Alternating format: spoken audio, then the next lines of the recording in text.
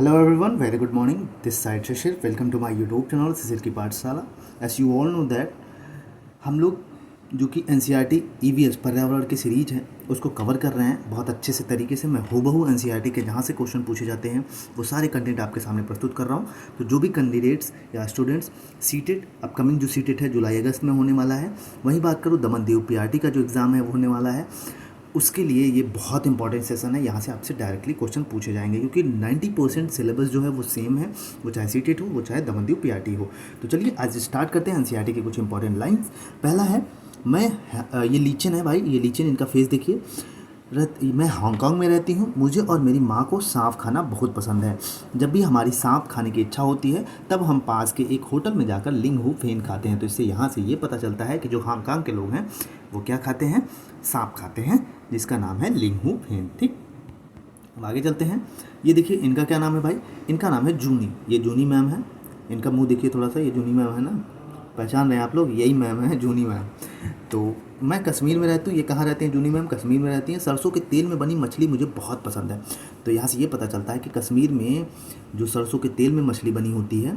ठीक, एक बार में हम गोवा गए थे, वहाँ हमने मछली खाई पर स्वाद बहुत ही अलग था. माँ ने कहा अरे यह तो नारियल के तेल में बनी समुद्र की मछली है, स्वाद तो अलग होगा ही. तो यहाँ से हमें ये सीखने को मिलता है कि कश्मीर में लोग जो मछली खाते हैं समुद्री मछली वो सरसों के तेल में बनी खाते हैं, और गोवा में किस में, गोवा में नारियल के तेल में, ठीक, समुद्र की मछली खाते हैं. इतना इंपॉर्टेंट है, समझ में आया. चलिए आगे देखते हैं. ये देखिए चार चिनारी है, ये तो आगे चीज़ों को देखेंगे हम. अब ये देखिए भैया इनका क्या नाम है, इनका मैम का तो नाम ही नहीं है. तो ये कहती हैं मैं मनाली से आई हूँ. देखिए सब जगह घूम लेंगे आप, यहाँ मनाली सब घूम लेंगे. मैं मनाली से आई हूँ जो एक पहाड़ी इलाका है. हमारे यहाँ भी बारिश बहुत होती है और बर्फ़ भी पड़ती है. जब ठंड ज़्यादा होती है तब धूप में बैठना अच्छा लगता है. हमारे मकान पत्थर या लकड़ी से बनते हैं. तो ये मनाली से आई हैं जो कि पहाड़ी इलाका है और यहाँ बारिश बहुत होती है, बर्फ़ भी पड़ती है मनाली में, और यहाँ धूप में तब बैठना अच्छा लगता है. और यहाँ के जो मकान होते हैं वो पत्थर और लकड़ी के बने होते हैं. ठीक, अब आगे चलते हैं. ये देखिए भाई असम के घर हैं, ये देखिए मनाली के घर हैं. मनाली के घर ऐसे ही होते हैं. ठीक, पिक्चर भी आपको दिखेगा अच्छे से, तो ये बहुत मज़ा भी आएगा आपको पढ़ने में. अभी देखिए भैया ये असम से आए हैं भैया, ये असम से आए हैं मोलन गाँव से. कहाँ से, असम के मोलन गाँव से आए हैं. ये घर देख लीजिए, बाँस के पिलर पे ऐसे बने होते हैं. मोलन गांव से आया हूँ, हमारे यहाँ बहुत बारिश होती है इसलिए हमारे घर ज़मीन से लगभग 10 से 12 फुट ऊंचे बने होते हैं. तो आसाम में बहुत बारिश होती है इसलिए ये देखिए बर्फ़ के जो बम्बू बांस जिसको हम कहते हैं, ये देखिए 10 से 12 फीट जो ऊपर बने होते हैं. ठीक, आगे देखते हैं. तो इसलिए हमारे घर ज़मीन से लगभग 10 से 12 फीट ऊंचे बने होते हैं. इन्हें मजबूत बांस के खंभों पर बनाते हैं. ये घर अंदर से भी लकड़ी के बने होते हैं. तो ये जो घर हैं ये लकड़ी के ही बने होते हैं. ठीक, तो आसाम में ऐसे घर पाए जाते हैं. अब ये देखिए केरल के टॉमस रो साहब आ गए हैं. तो मैं केरल में रहता हूँ. देखिए केरल इनकी शक्ल देखिए. केरल मुझे सबसे अच्छी दो चीज़ें लगती हैं, वे चीज़ें मेरे घर में आंगन में ही उगती हैं. तो जो इनको, ये केरल में रहते हैं और इन्हें दो चीज़ बहुत अच्छी लगती है और जो कि इनके घर के आंगन में ही उगती है. क्या नाम है, एक ऊपर ऊँचे पेड़ पर और दूसरी ज़मीन के नीचे. बस नारियल डली हुई किसी भी करी के साथ उबला हुआ टैपियोका मिल जाए तो क्या मज़ा आता है. तो ये कह रहे हैं कि भाई जो नारियल की करी के साथ उबला हुआ टैपियोका होता है ये कहाँ पे खाया जाता है, तो केरल में खाया जाता है. बस यहाँ से ये जानिए आप. आगे चलिए. ये कहाँ से आ जाते हैं भाई, ये राजस्थान से आ जाते हैं. देखिए राजस्थान के घर हैं. तो ये कहते हैं कि मैं राजस्थान से आया हूँ, मैं राजस्थान के एक गांव से आया हूँ. हमारे यहाँ बारिश बहुत कम होती है और खूब गर्मी पड़ती है. तो राजस्थान में खूब गर्मी पड़ती है और बारिश भी कम होती है वहाँ पे. हम लोग मिट्टी के घरों में रहते हैं. घरों की दीवारें बहुत मोटी होती हैं. इन दीवारों को मिट्टी से लीप पोत कर सुंदर बनाया जाता है और छतें कटीली झाड़ियाँ की बनी होती है. तो जो राजस्थान के घर होते हैं ये, यहाँ पर बारिश बहुत कम होती है और खूब गर्मी पड़ती है जिसकी वजह से, और ये लोग मिट्टी के घर बनाते हैं. जैसे कि देखिए एग्जाम्पल के तौर पर दिखाता हूँ. ये देखिए मिट्टी की दीवारें मोटी मोटी बनती हैं. ठीक, ताकि यहाँ पे गर्मी ना लगे क्योंकि ये ठंड रखती हैं. आपने गांव के घरों को देखा होगा जो कि मिट्टी के घरे बनते हैं. ठीक है, आगे चलते हैं. अब देखते हैं, क्या तुम जानते हो एक बड़ा हाथी एक दिन में 100 किलोग्राम से ज़्यादा पत्ते और झाड़ियाँ खा लेता है. जो एक हाथी होता है एक दिन में कितना, 100 किलोग्राम से ज़्यादा पत्ते और झाड़ियाँ खा लेता है. हाथी बहुत कम आराम करता है. ठीक, कितना बहुत कम आराम करता है. यह एक दिन में केवल 2 से 4 घंटे ही सोता है. तो हाथी एक दिन में कितने, 2 से 4 घंटे सोता है. लगभग 100 किलो पत्ते खा जाता है. ठीक, इंपॉर्टेंट है, याद रखिएगा. ये हाथी को पानी और कीचड़ में खेलना बहुत पसंद है. ठीक, हाथी को आप देखेंगे तो ये कीचड़ उचड़ में बहुत खेलता है. हाथी को पानी और कीचड़ में खेलना बहुत भाता है। इससे उस शरीर को क्यों कीचड़ में खेलता है? क्योंकि उसके शरीर को ठंडक मिलती है। वैसे उसके कान भी पंखे की तरह होते हैं। गर्मी लगने पर हाथी अपने कान को हिलाकर हवा करता है। ठीक, तो ये था हाथी के बारे में। आगे चलते हैं। ये देखिए नंदू के बारे में, वही हाथी वाला सेक्शन। पूरी एनसीईआरटी की हुबहू लाइन यहाँ से उठा के आती है। तुमने पढ़ा कि नंदू अपने झंडू के साथ, झुंड के साथ, झंडू नहीं झुंड के साथ रहता है। तो नंदू हाथी जो रहता है वो झुंड में रहता है। हाथियों के झुंड में केवल हथिनियाँ और बच्चे ही रहते हैं। तो जो हाथियों का झुंड होता है उसमें कौन कौन रहता है? हथिनियाँ और बच्चे ही रहते हैं। झुंड की सबसे बुजुर्ग हथिनी ही पूरे पूरे झुंड की नेता होती है। तो जो झुंड की सबसे बुजुर्ग हथिनी होती है वो किसकी नेता होती है? झुंड की नेता होती है। एक झुंड में 10 से 12 हथिनियाँ और बच्चे होते हैं।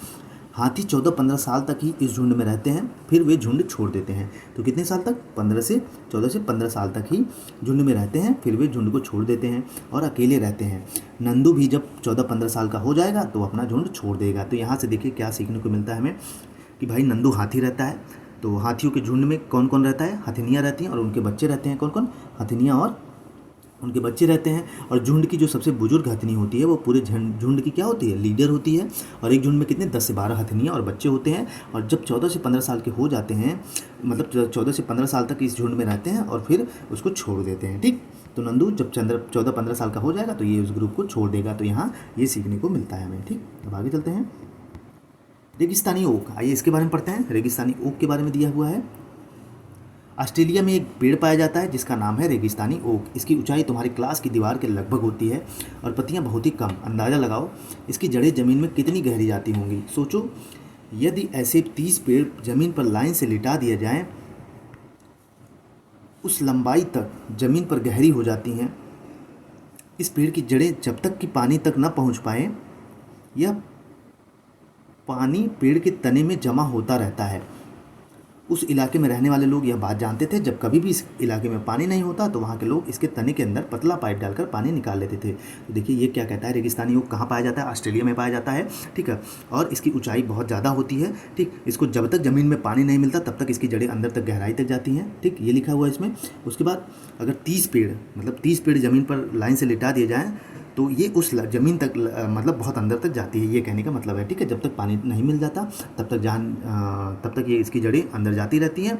और यहाँ के जो स्थानीय लोग रहते हैं इनको पता है कि जब इनको प्यास लगती है या पानी की कमी होती है तो ये लोग इसमें तने के अंदर इसके पाइप डालकर और पानी पी लेते हैं। ठीक, तो ये चीज़ रेगिस्तानी ओक के बारे में। तो आइए इसके बारे में पढ़ते हैं। नाग गुम्फन ऐसे डिजाइन रंगोली, कढ़ाई और दीवारों को सजाने के लिए सौराष्ट्र, गुजरात और दक्षिण भारत में किए जाते हैं। तो जो नाग गुम्फन होता है ये डिजाइन रंगोली, कढ़ाई और दीवारों को सजाने के लिए सौराष्ट्र, गुजरात और दक्षिण भारत में प्रयोग किए जाते हैं। तो नाग गुम्फन कहाँ होता है? रंगोली, कढ़ाई और दीवारों को सजाने के लिए सौराष्ट्र, कहाँ पे? दक्षिण भारत में प्रयोग किया जाता है। ठीक है, नाग गुम्फन याद करिएगा, इंपॉर्टेंट है। सौराष्ट्र, गुजरात में। कालबेलिया नाच में सांप जैसी मुद्राएं होती हैं, ये मैंने पहले पढ़ा दिया, रिवीजन कर लीजिए। तुम्बा, खंजरी, बीन आदि सूखी लौकी से बनाए जाते हैं। तो जो तुम्बा होता है, खंजरी होता है और बीन होता है, ये किससे बनते हैं? ये लौकी, सूखी लौकी से बनती है। नेक्स्ट है, हमारे देश में पाए जाने वाले सांपों में केवल 4 तरह के ही सांप जहरीले होते हैं, जैसे नाग, करैत, दुपहिया, फफाई। ठीक, ये 3 होते हैं। आगे चलते हैं, ये सारी चीज़ें मैंने पढ़ा दी, रिवीजन के तौर पे करिए। सांप जब किसी को काटते हैं तो उनके 2 खोखले जहर वाले दांत से दूसरे व्यक्ति या जानवर के शरीर में चला जाता है। सांप के द्वारा काटे हुए व्यक्ति को सीरम नाम की दवा दी जाती है, जो सांप के जहर से ही बनाई जाती है। तो इसमें कह रहा है कि जो सांप काटता है उसके 2 खोखले दांत होते हैं ऐसे, और वो जब उसी की मदद से जिसको काटता है उसके अंदर उसके जहर चली जाती है और उसी के जहर से ही दवा बनाई जाती है। ठीक, उड़ीसा के कालामुंडी जिले में सबसे अधिक चावल पैदा किया जाता है। तो उड़ीसा के कहाँ पे? कालामुंडी जिले में। तो चलिए आज इतना ही पढ़ेंगे हम लोग, थोड़ा थोड़ा करके पढ़ेंगे, बहुत अच्छे से चीज़ों को कवर करेंगे एनसीईआरटी। और वीडियो अच्छा लगे तो लाइक, शेयर, सब्सक्राइब जरूर कर दीजिएगा। फिर मिलेंगे अगले वीडियो में, तब तक के लिए जय हिंद, जय भारत। और एक चीज़ बता दूँ, जिनको भी नोट्स चाहिए एनसीईआरटी, एससीईआरटी, ये सारी चीज़ें जो हैं, दमनदीप पीआरटी के हों चाहे सीटेट को, 8853954496 अभी ऑफर चल रहा है। आप लेके एक मिनिमम कॉस्ट में ले सकते हो, इस नंबर पे मैसेज करके। बाद में इसकी प्राइस बढ़ जाएगी। ठीक, बाकी जय हिंद, जय भारत।